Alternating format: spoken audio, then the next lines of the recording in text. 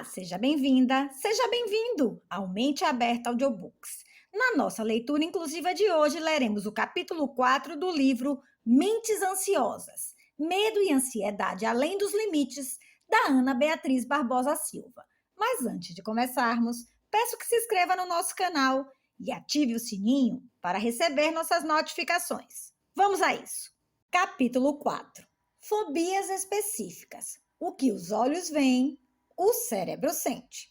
Existem determinados assuntos que sempre geram discussões calorosas quando são postos em uma reunião descontraída entre amigos. Religião, futebol e política dão sempre o que falar, mas podem muitas vezes estremecer ou mesmo colocar fim em velhas amizades.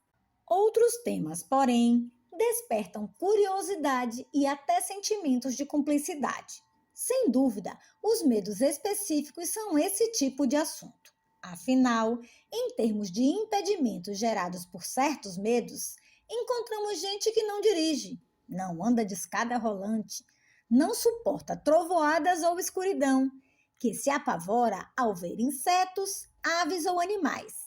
Existe também aquele grupo, não tão pequeno assim, que desmaia de forma súbita ao ver sangue, seja o seu próprio ou de outras pessoas.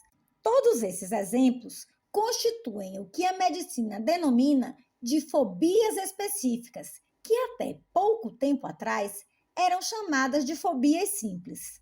Parece uma bobagem semântica a troca de nome efetuada em relação a esses medos exagerados. No entanto, particularmente, essa nova denominação me agrada bastante, pois as fobias específicas, de simples, na maioria das vezes, não têm nada. Sua abordagem terapêutica costuma ser bem mais complexa que a fobia social ou a timidez excessiva, discutida anteriormente, por exemplo. Isso sem falar no seu diagnóstico e na sua compreensão psicodinâmica. Além disso, a falta de conhecimento do público em geral sobre as fobias específicas é, no mínimo, bastante considerável. Quem de nós já não viu cenas de filmes em que o personagem se vê paralisado quando se percebe em um local muito alto ou se apavora quando o elevador pifa no meio do trajeto? Na vida real, quem não tem algum parente ou amigo que não apresente algum tipo de medo ou fobia específica? Praticamente todos nós já presenciamos ou fomos coadjuvantes de grandes micos públicos na companhia de amigos mais íntimos. Se você observar bem ao seu redor, sempre encontrará uma história para contar. Em uma das edições de um reality show de grande repercussão da TV brasileira, os telespectadores puderam acompanhar o desespero vivenciado por uma das integrantes. Numa das festas promovidas pelo programa, cuja temática era o circo, ela ficou transtornada diante das câmeras ao se deparar com o colega fantasiado de palhaço. É claro que a maioria das pessoas, inclusive alguns participantes, não entendeu tamanho sofrimento diante de um personagem emblemático infantil que só nos diverte. Mas não é tão simples assim. Algo inofensivo para a grande maioria da população pode representar uma ameaça real e ser motivo de intenso sofrimento para algumas pessoas. Sem dúvida, a jovem sofre de fobia de palhaços, também conhecida por caurofobia. E qualquer imagem, foto ou personagem pode deflagrar uma crise intensa de ansiedade. Eu mesma tenho o caso de uma amiga que apresentava fobia a gatos. Para ela, aqueles animais peludos, elegantes e fofos eram tão ameaçadores e perigosos quanto um tigre ou um leopardo selvagem e faminto, que poderia atacá-la a qualquer momento. Perdi a conta dos ataques de desespero que Roberta apresentou em lojas, restaurantes, clubes, ruas, bancas de jornal e tantos outros locais onde nos deparávamos com um simples bichano. E pode apostar, aonde Roberta vai, um gato grande, gordo e lindo invariavelmente aparece. Há alguns anos, Eu e algumas amigas mais íntimas presenteamos Roberta com um belo jantar em um dos restaurantes mais chiques da cidade. Um local fechado e com certo requinte para comemorar os merecidos 30 anos da querida amiga. Escolhemos aquele restaurante, pois além de ser a cara da aniversariante, ela mesma nos tinha dito que era um dos únicos lugares em que não seria possível encontrar um gato. Tudo corria muito bem. Roberta era só felicidade e o serviço estava caprichado à altura da nobre ocasião. Entre risos e muita descontração, não faltaram mimos, aberturas de presentes, brindes, fofocas da hora, lembranças da juventude e demonstrações de carinho explícito. Tínhamos a sensação de que o restaurante era inteiramente nosso e sequer percebíamos as muitas pessoas ao nosso redor. Tudo perfeito. Repentinamente, Roberta se levantou pálida, deixou cair o guardanapo, seus talheres e alguns presentes. Saiu em disparada em direção à porta e, na contramão, foi atropelando quem estava no restaurante. Todas nós ficamos estarrecidas por alguns segundos, assim como as demais pessoas do recinto. Em fração de segundos, ela atravessou a rua em todo desespero e se abrigou no prédio vizinho. Corri atrás e presenciei uma triste cena. Minha amiga sentada, toda encolhida e tremendo no sofá da portaria, grudada no porteiro que, em vão, tentava se desvencilhar e abrir a porta para eu entrar. Bati forte no vidro e gritei: Roberta, solte o rapaz para que eu possa socorrê-la. Funcionou. Entrei no prédio, segurei suas mãos e me limitei a abraçá-la de forma que se sentisse mais protegida. Eu já sabia. Não precisava nem perguntar que com certeza ela avistara um gato. Com o auxílio do próprio porteiro, consegui reaver minha bolsa. Nela, além da maçaroca que toda mulher carrega, havia uns remedinhos de emergência que é natural que alguém da minha profissão carregue. Quando avistei aquele vidrinho, suspirei aliviada. Roberta não iria passar o finzinho do seu aniversário na emergência de um hospital. Administrei as santas gotas debaixo da língua de minha amiga para que fizessem efeito o mais rápido possível. E após 15 minutos, ela conseguiu falar de forma menos ofegante e trêmula. Você viu aquele enorme gato malhado que passou pelo corredor do restaurante? Claro que você viu! Parecia mais um leopardo. A festa acabou ali e o maître não sabia mais o que dizer para justificar aquele fato. Um gato no restaurante mais recomendado da cidade? Por fim, ele desabafou. Nunca ocorreu isso neste estabelecimento. Só pode ser a atração magnética de sua amiga. Tive vontade de rir, pois jamais tinha ouvido tal expressão para designar o fato curioso que as pessoas com fobias específicas relatam ao serem perseguidas pelos animais, objetos ou situações que eles tanto temem e evitam. Parece uma sina, uma verdadeira maldição. Uma praga, não é mesmo? Não é bem assim. Os fóbicos normalmente prestam atenção exacerbada em seus medos. Por isso, acabam vendo ou vivenciando muito mais do que outros aquilo que tanto temem. Mas, enfim, como diz o ditado, eu não creio em bruxas, pero que las hay, las hay.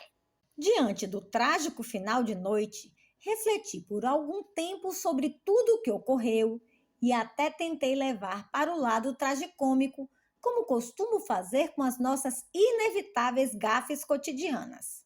Mas, sinceramente, fiquei muito triste ao ver a Roberta naquela situação, apavorada, descontrolada e refém de seu próprio medo. Logo ela, que dentre nós todas sempre foi a mais independente, determinada e bem-sucedida em sua brilhante e admirável carreira de executiva, aquela mulher tão poderosa e resoluta, que comandava e muito bem um batalhão de pessoas, que nunca teve medo de assumir riscos em suas empresas e sempre viu na ousadia a sua melhor virtude profissional, a coisa era séria.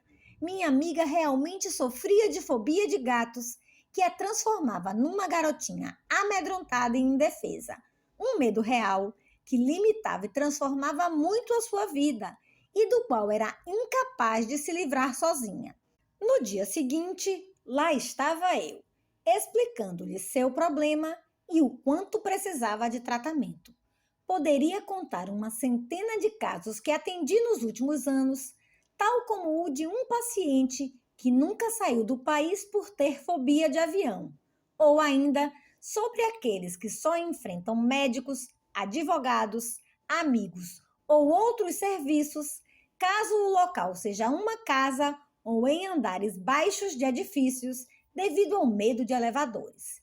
Sem citar aqueles que carregam inseticidas poderosos em suas bolsas ou mochilas para se defenderem de ataques de insetos diversos, baratas, borboletas, cigarras, etc.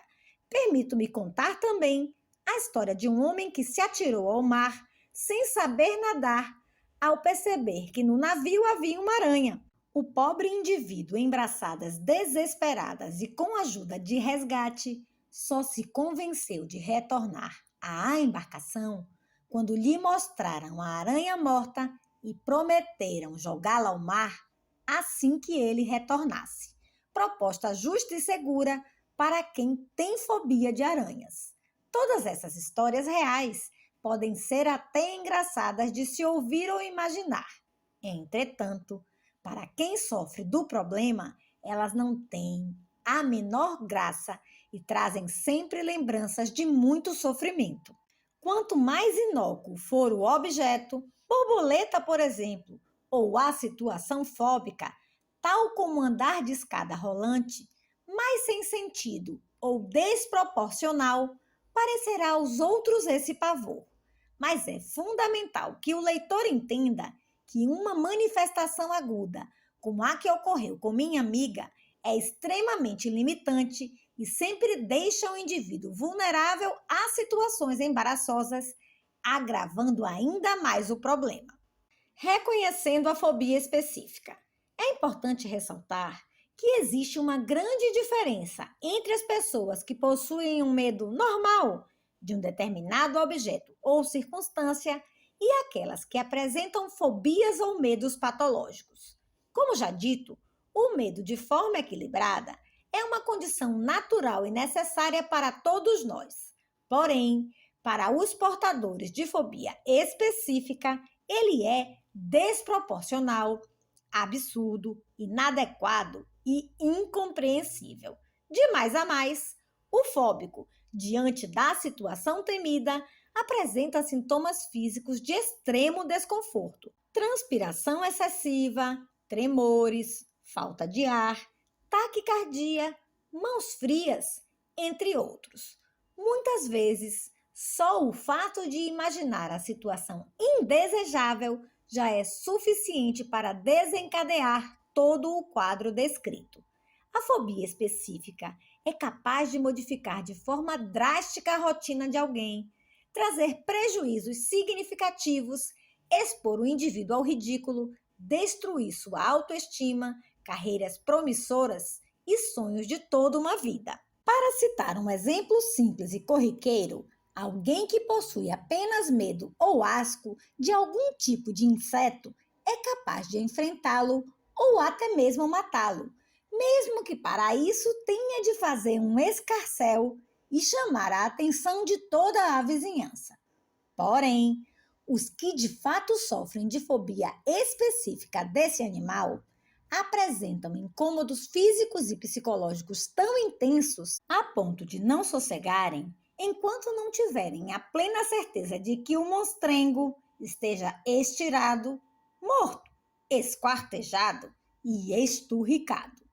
O DSM-VTR caracteriza a fobia específica como um medo exacerbado e persistente de objetos ou situações nitidamente discerníveis e circunscritas.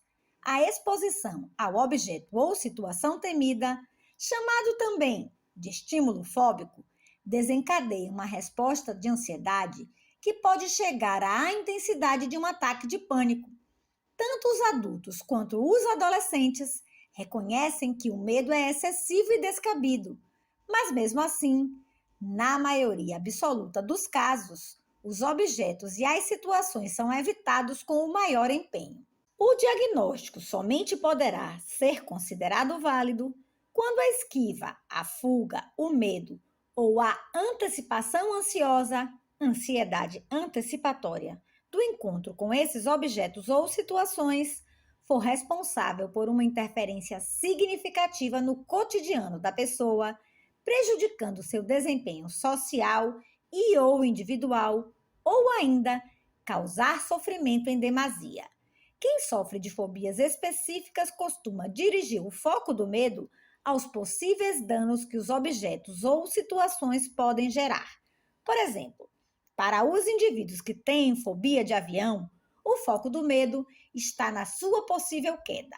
Na fobia de dirigir automóveis, a preocupação excessiva é com colisões, batidas ou acidentes na estrada. Na fobia de cães, cavalos ou gatos, o medo está focado nas mordidas e assim por diante. As fobias específicas apresentam alguns subtipos. De animais, o medo é causado por animais, incluindo os insetos. De ambientes naturais, o medo é causado por circunstâncias da natureza, como tempestades, altura, enchentes, quedas d'água, etc. De sangue, injeção, ferimento. O medo é causado pela visão de sangue, ferimentos, receber injeções, submeter-se a cirurgias, etc. De determinadas situações situacionais.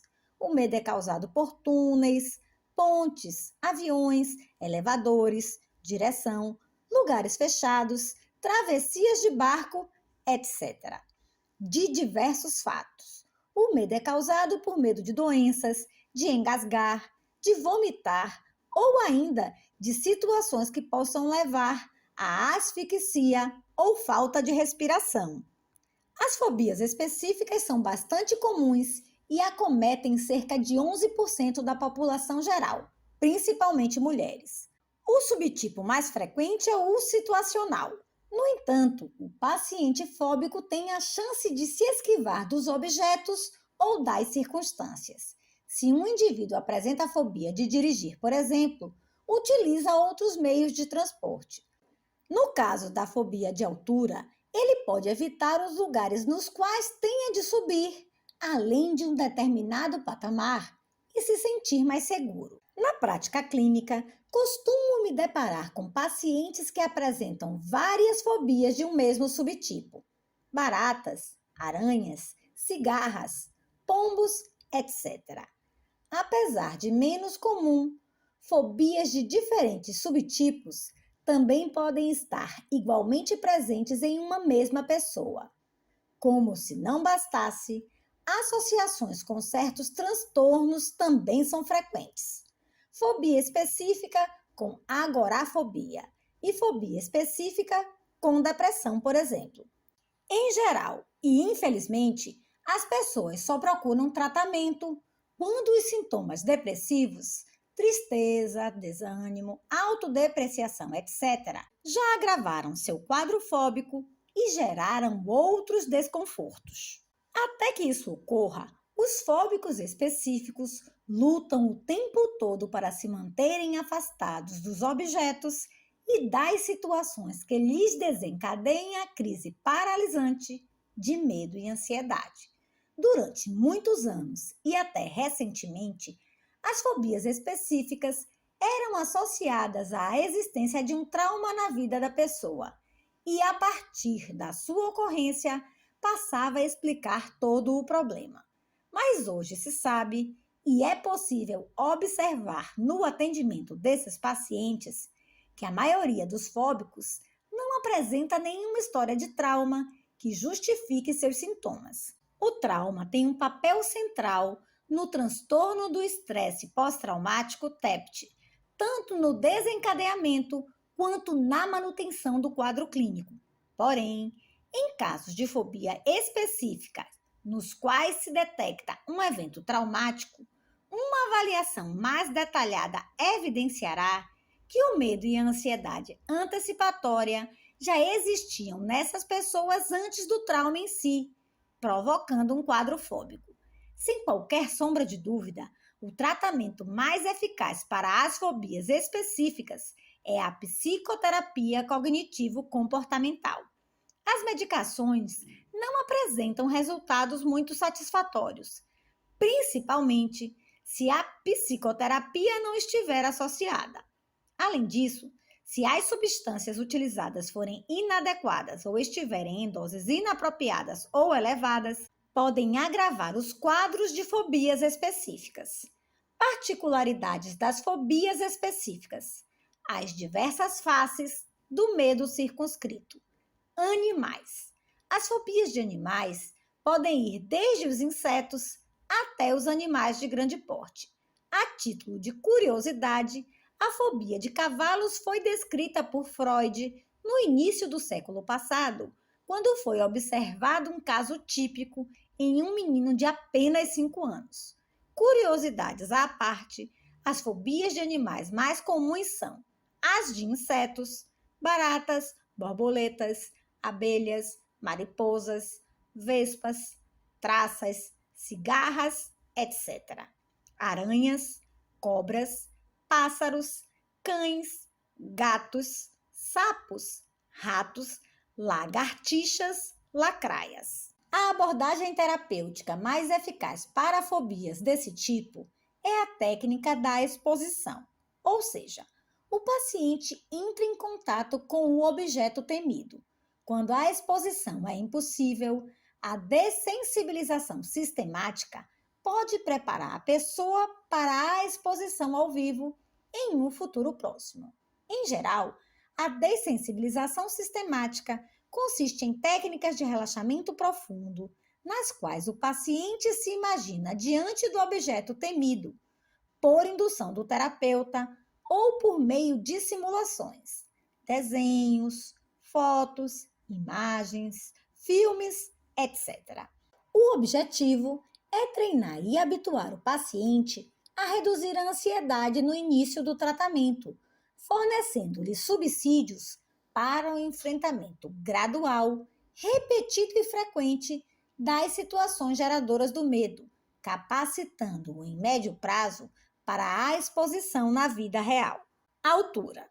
As pessoas com fobia de altura ou acrofobia apresentam medo desproporcional quando realizam uma simples aproximação da janela de um prédio ou em locais altos, mesmo que estes sejam protegidos por grades ou vidros espessos, como os edifícios com vista panorâmica. Nessas situações, essas pessoas não conseguem olhar para baixo, pois sentem vertigem. As alturas geradoras de medo podem ser bastante diversas e vão desde escadas rolantes, ladeiras, passarelas, pontes, mezaninos de teatros até o topo de arranha-céus. Os portadores de acrofobia costumam apresentar uma sensação muito desconfortável de perda do controle e imaginam que podem se jogar lá do alto. Outros sentem que estão sendo puxados para baixo. Locais fechados. A fobia de locais fechados costuma estar sobreposta à agorafobia. É bem comum encontrarmos pessoas agorafóbicas que têm medo de locais fechados. Neste caso, devemos fazer uma observação mais acurada. Quando a esquiva, o desconforto ou a ansiedade antecipatória se restringem somente a lugares fechados, diagnosticamos a claustrofobia ou fobia específica de locais fechados. O grande temor do paciente que sofre de claustrofobia é o de ficar aprisionado e, consequentemente, não conseguir sair do local onde ele se encontra. Por isso, os objetos mais comuns desse tipo de fobia são os elevadores. A pessoa teme que ocorra uma falha mecânica na engrenagem do elevador e que isso a deixe presa por horas dentro daquele espaço restrito, que na maioria das vezes é compartilhado com outras pessoas estranhas. Isso acarreta um verdadeiro desespero. Um dos pensamentos mais comuns nesses casos é o de ocorrer esgotamento do ar dentro do elevador, enquanto este se encontra parado. A seguir, outros exemplos que caracterizam o quadro de claustrofobia. Cabines telefônicas fechadas, mas comuns no exterior. Escadarias de prédios comerciais. O medo é de ficar preso entre as portas corta-fogo, presentes entre os andares. Banheiros, bancos com portas que travam, ônibus, metrô e outros transportes coletivos, aparelhos de ressonância magnética ou tomografia. A pessoa com claustrofobia se sente muito mal em espaços fechados e é tomada por um medo intenso de não conseguir fugir dali. Dessa forma, o claustrofóbico, ao viajar de avião, não tem medo de que ele possa cair, e sim de não ter como sair daquela aeronave. De maneira diversa, um indivíduo que sofra de fobia específica de avião, mas não de claustrofobia, tem pavor de que o avião possa sofrer uma pane e despencar. Sangue, injeção e ferimentos. A pessoa com fobia de sangue, agulhas ou ferimentos, ao entrar em contato com esses objetos ou situações, apresenta uma intensa sensação de náusea seguida de desmaio, síncope. O medo e a ansiedade são sensações muito menos importantes que o forte enjoo e o desmaio subsequente. Esses dois fatores são os mais temidos por pacientes que sofrem desse tipo de fobia. Para esses pacientes, evitar situações desencadeadoras de náuseas e desmaios é quase impossível. Afinal, pelo menos uma vez na vida, a maioria de nós já fez um exame de sangue ou uma pequena cirurgia dentária. Precisou levar alguns pontos, presenciou um acidente durante o trajeto para o trabalho, ouviu relatos sobre tais situações, assistiu a filmes ou novelas com cenas de violência, ou viu fotos com presença de sangue, ferimentos, agulhas, etc. Para se ter uma ideia do tamanho da encrenca que esse tipo de fobia pode gerar, deve-se ressaltar que alguns pacientes podem desmaiar de forma incontrolável diante da TV, simplesmente por assistirem durante alguns minutos a filmes com cenas de sangue ou cirurgias. Como técnica de dessensibilização para pacientes que sofrem desse tipo de fobia, é interessante utilizar alguns seriados americanos, tais como E.R.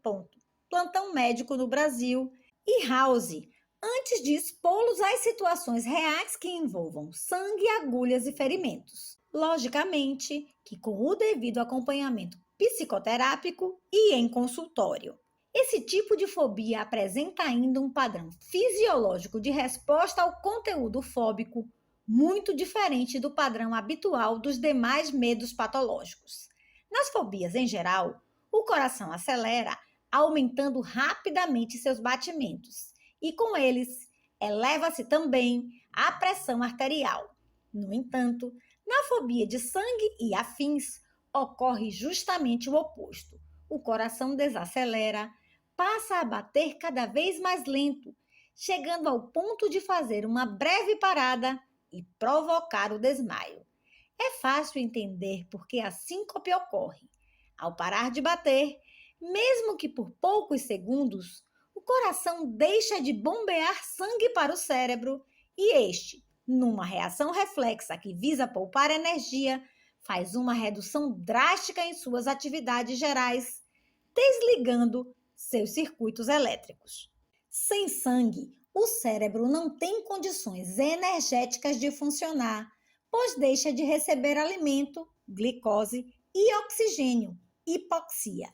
Duas substâncias essenciais para o funcionamento de todos os neurônios. Outro aspecto curioso da fobia de sangue e afins é o fato de ela apresentar um componente genético bem mais expressivo que o observado nas outras fobias. Estudos diversos apontam percentagens que variam de 60% a 70% de compatibilidade genética entre parentes próximos para esse tipo de fobia.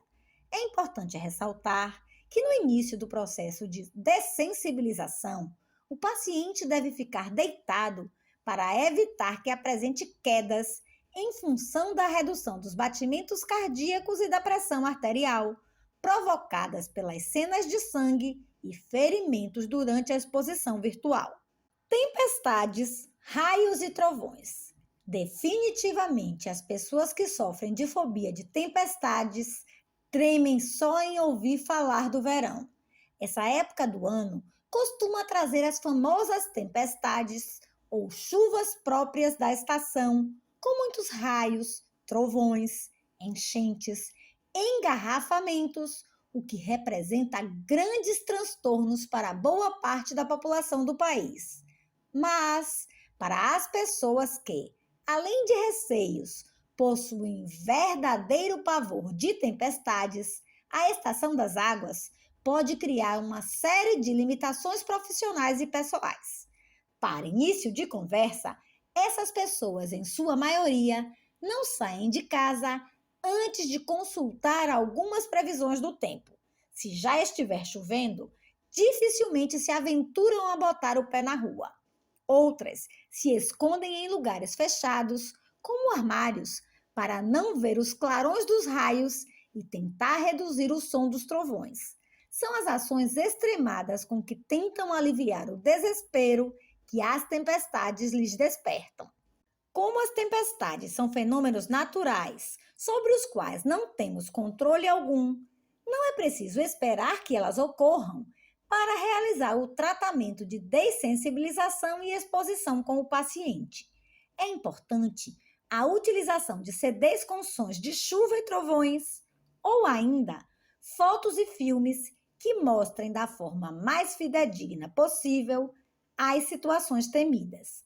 Um fator relevante no tratamento desses pacientes após as primeiras sessões, 6 a 10, é repetir todas as simulações, alternando luminosidade ampla e escuridão por alguns segundos.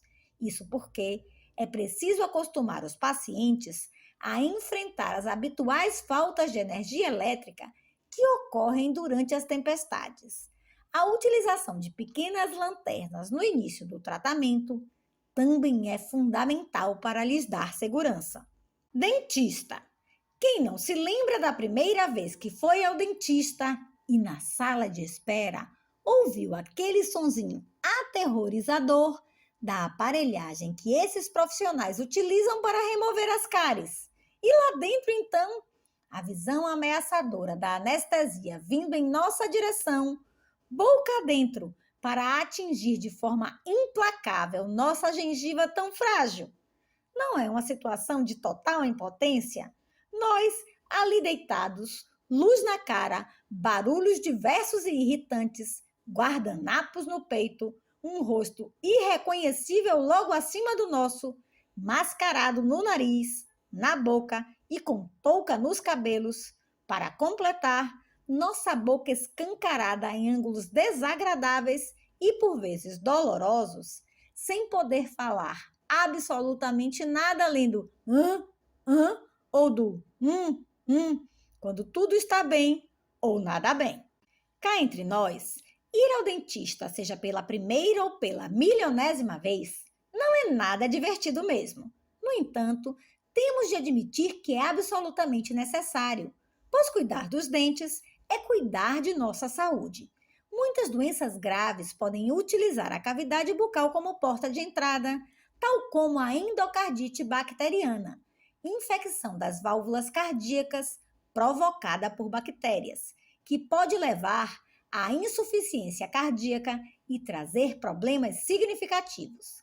As pessoas, em sua grande maioria, apresentam ao menos um leve receio de ir ao dentista.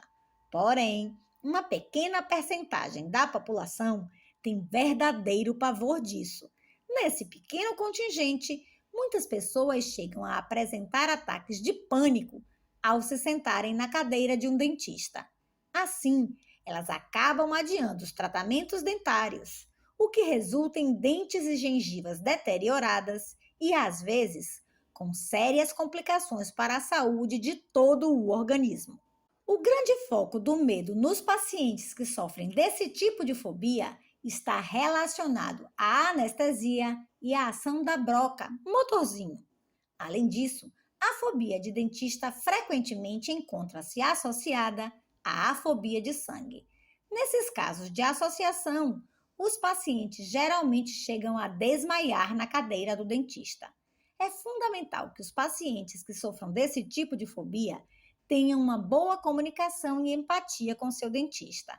Além do mais, o profissional, ao ser consultado, deve ter em mente que lidar com o medo dos seus pacientes faz parte da sua profissão.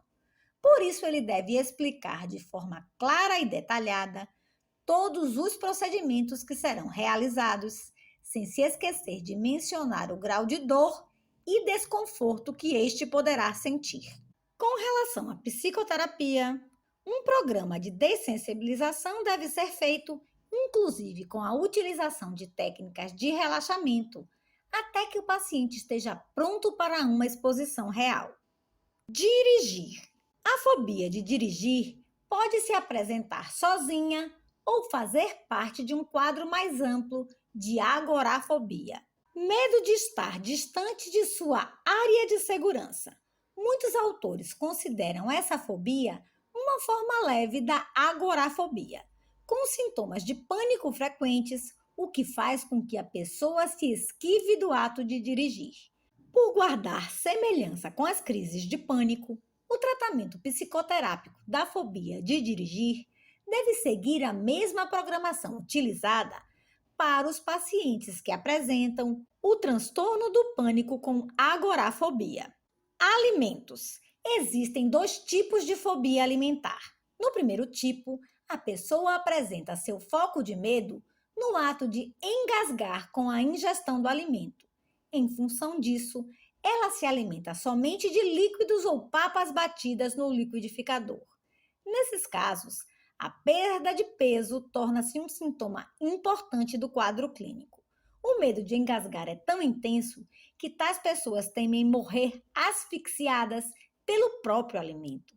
Os pacientes com esse tipo de fobia alimentar também costumam relatar que sentem a boca e a garganta excessivamente ressecadas. O segundo tipo de fobia alimentar é caracterizado pela aversão que os pacientes têm a determinado tipo de alimento. Essa aversão desencadeia náuseas e, não raro, vômitos. Um detalhe importante que pode ser útil na diferenciação entre esse tipo de fobia alimentar e os quadros de bulimia nervosa é o fato de que as náuseas e os vômitos são desencadeados por alimentos específicos. Já na bulimia nervosa, os vômitos são provocados após a ingestão de qualquer tipo de alimento, principalmente os carboidratos, açúcares. Avião. Existem pessoas que recusam grandes oportunidades de trabalho por não conseguirem viajar de avião. Há ainda aqueles que só conseguem fazê-lo se estiverem sob o efeito de álcool e ou calmantes. Na fobia de avião, o foco do medo é a possibilidade de um acidente mecânico com a aeronave, como já foi dito no decorrer deste capítulo. Porém, essa fobia específica também pode estar associada à fobia de altura, à fobia de locais fechados ou mesmo à agorafobia. O relato de Cláudia, 35 anos, retrata bem os prejuízos profissionais por não conseguir superar o medo de voar. Aos 26 anos, comecei a trabalhar numa empresa multinacional. Sempre fui esforçada, dedicada e minha ascensão foi muito rápida. Em pouco tempo, já era uma executiva com um ótimo salário. Mas o meu medo de voar acabou com todos os meus sonhos. O trabalho exigia que eu viajasse de um lado para o outro, tanto no Brasil quanto no exterior. E sempre fiz isso com muita dificuldade. Invariavelmente, a cada viagem eu usava calmantes ou bebia no avião para me sentir mais segura. Chegou um ponto em que a situação ficou insuportável e pedi para mudar de setor. Minhas chances de crescimento na empresa praticamente estagnaram. Entrei em depressão e hoje preciso de mais ajuda do que antes. O tratamento psicoterápico de exposição gradual torna-se pouco prático e é bastante oneroso, uma vez que viajar várias vezes de avião como forma de enfrentar o medo pode levar o paciente a realizar, acompanhado de seu terapeuta, cerca de 20 viagens em um curto período de tempo. Convenhamos que o custo de 40 passagens aéreas, incluindo o paciente e o terapeuta, é muito alto, até mesmo para quem possui um ótimo padrão financeiro. Dessa forma, é mais interessante fazer a dessensibilização sistemática utilizando relaxamento e a construção imaginativa de várias cenas ligadas ao ato de realizar uma viagem aérea. Chegada ao aeroporto, check-in, embarque, decolagem, possíveis turbulências, alimentação durante o voo e aterrissagem. Após bastante familiaridade com essa primeira etapa, deve-se tentar um voo de verdade. A utilização de simuladores de voos virtuais também pode ser um recurso terapêutico importante para o tratamento da fobia de aviões. Já existem muitos programas de computador específicos que reproduzem um ambiente bastante similar ao de um avião. Após algumas sessões em um avião virtual, alguns pacientes foram capazes de viajar de forma mais serena e confortável. Doenças. O foco do medo nas pessoas que apresentam fobia de doenças é sofrerem alguma enfermidade que as leve à morte prematura. As doenças mais temidas são câncer, AIDS e doenças cardíacas. Tais pessoas evitam assistir a programas que tratem do assunto, bem como entrar em hospitais ou participar de conversas sobre doenças ou pessoas que estejam enfermas. A fobia de doença pode também estar associada a outros transtornos, como a depressão e o transtorno obsessivo-compulsivo, TOC. Para ser considerado um quadro único, o medo deve estar relacionado a um tipo específico de doença, diferentemente da hipocondria, na qual o medo envolve diversas doenças. O nome das fobias mais comuns. Cada tipo de fobia específica costuma ter um nome em particular, geralmente pomposo e de pronúncia complicada, que vai de A a Z, sem exceção. Abaixo estão os nomes das fobias mais comuns, classificadas por tipo. Tipo de animal: fobia, ailurofobia. Foco do medo: gatos. Aracnofobia. Foco do medo: aranhas. Sinofobia. Foco do medo: cães. Entomofobia. Foco do medo: insetos. Ofidiofobia. Foco do medo: cobras. Tipo de ambiente natural: acrofobia, foco do medo, altura. Amatofobia, foco do medo, poeira. Frigofobia, foco do medo, clima frio. Ceraunifobia, foco do medo, trovão. Nictofobia, foco do medo, noite. Fonofobia, foco do medo, ruídos altos. Fotofobia, foco do medo, luz. Pirofobia, foco do medo, fogo. Hidrofobia, foco do medo, água. Sangue, injeção, tipo de ferimento. Hemofobia, foco do medo, sangue. Odinefobia, foco do medo, dor. Poinefobia, foco do medo, punição. Tipo de situação: apeirofobia, foco do medo, infinidade. Claustrofobia, foco do medo, lugares fechados. Topofobia, foco do medo, medo do palco. Outros: courofobia, foco do medo, palhaços. Cacorrafiofobia, foco do medo, fracasso. Logofobia, foco do medo, palavras. Teofobia, foco do medo, Deus. Triscaidecafobia, foco do medo, número 13. Fobia, foco do medo. É fundamental que os portadores de qualquer tipo de fobia entendam que se esquivar de situações que lhes causem ansiedade é um tremendo equívoco, talvez o maior de todos os enganos que os fóbicos possam cometer contra si mesmos. O famoso tiro no pé.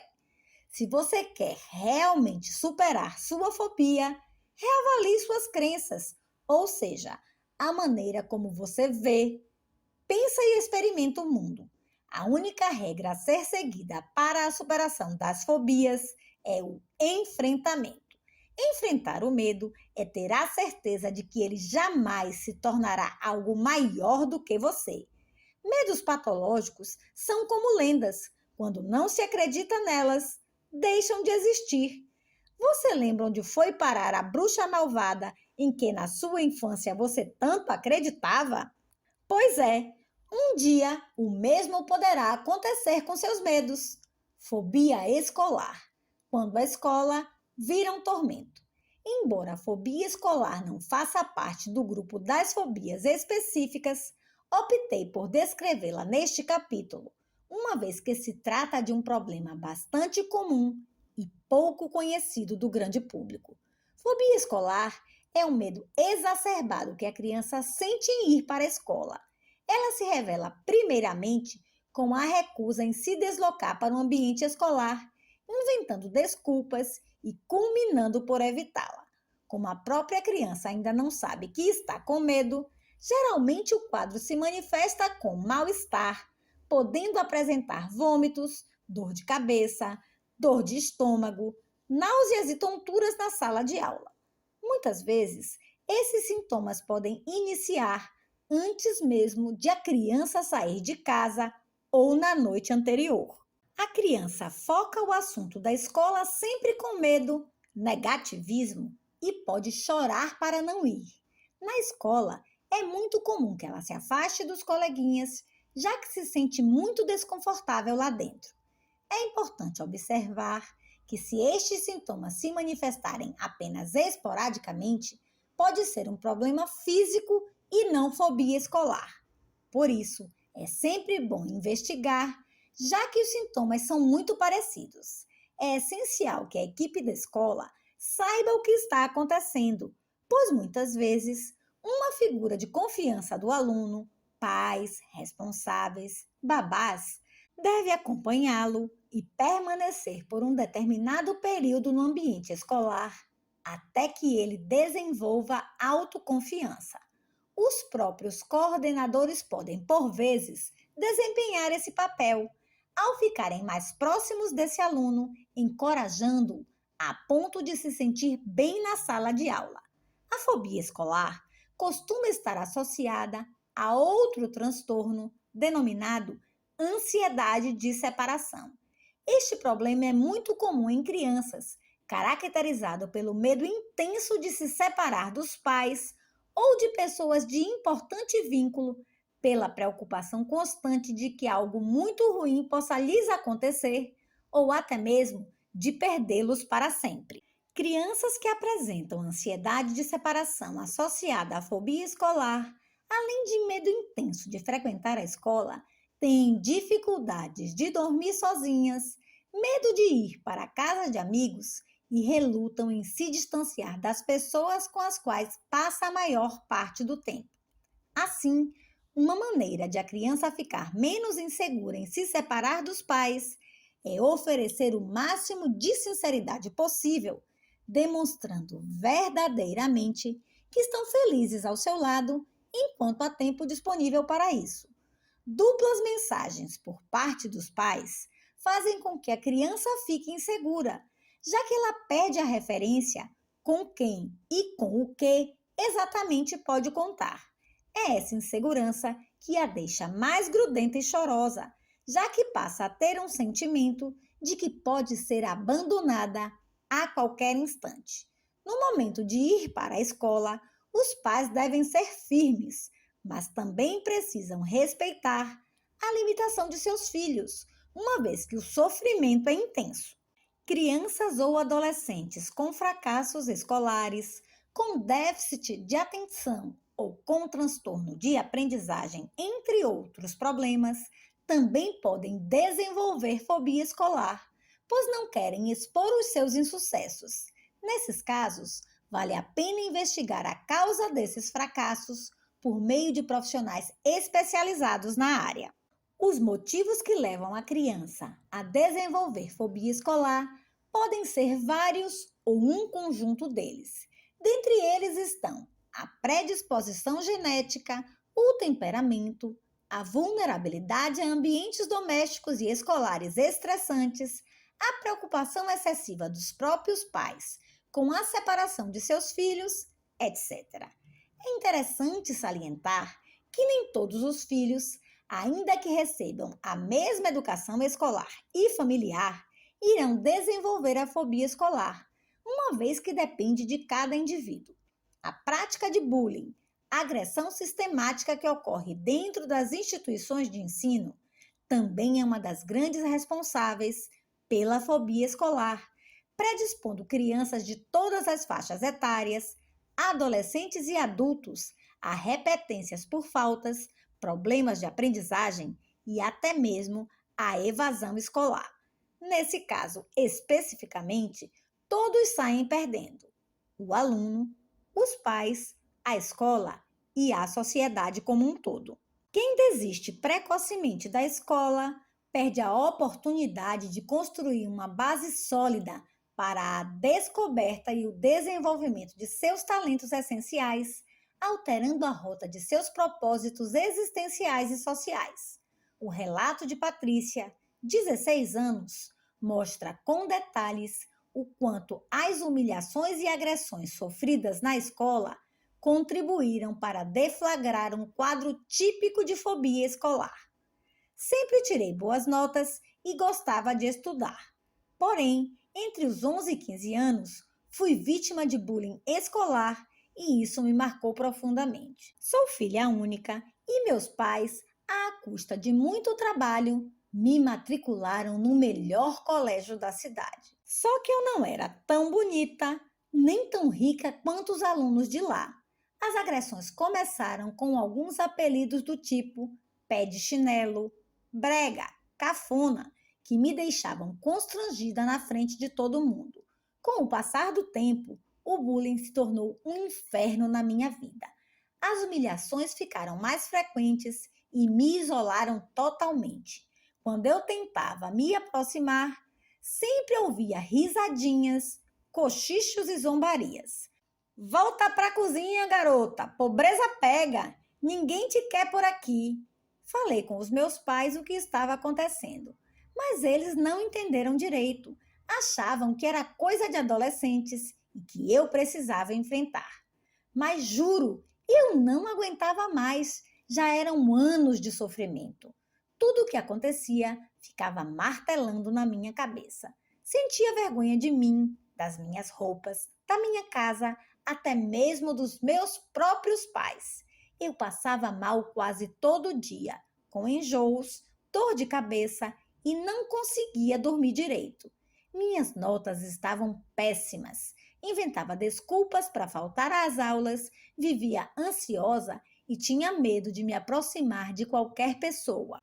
Até que um dia criei coragem, expliquei tudo para minha mãe e disse que não queria mais estudar. Foi só aí que ela entendeu que a história era pior do que imaginava e que eu precisava de ajuda. Meus pais até que tentaram me transferir de colégio, mas eu estava completamente apavorada. Só de pensar nisso, eu começava a suar, tremer, chorar. Hoje faço tratamento para tirar esse trauma e medo absurdos. Sei que preciso voltar a estudar, mas ainda não consigo. Uma das formas de tratamento para este transtorno é a terapia cognitivo-comportamental, cuja abordagem ajudará a criança ou o adolescente a pensar e agir de forma diferente por meio de técnicas específicas às dificuldades de cada um. Caso a fobia seja muito grave, vale a pena consultar um psiquiatra que poderá fazer uma avaliação do quadro clínico e, se for necessário, prescrever medicações adequadas. Esse profissional também poderá descartar todas as possibilidades de outras doenças estarem causando tanta ansiedade. É fundamental que os pais fiquem atentos quanto à procura de profissionais especializados, já que a demora no tratamento pode ocasionar afastamento da escola, fracasso e repetência escolar, vergonha de enfrentar novamente os coleguinhas, entre outros fatores. Todos eles são indutores da baixa autoestima dos filhos e responsáveis por graves prejuízos que se refletem na vida adulta. Além disso, é muito comum que a fobia escolar se associe a outros medos, como, por exemplo, de elevador, animais, do escuro, etc. Enfim, os danos são grandes quando se adia o tratamento. Os pais, muitas vezes, se sentem culpados quando seus filhos apresentam fobia escolar, mas isso efetivamente não contribui em nada para melhorar o quadro.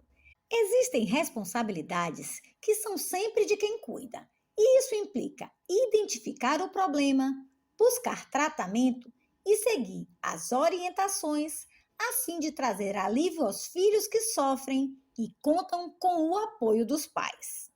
Na parede da memória, essa lembrança é o quadro que dói mais. Belchior, como nossos pais.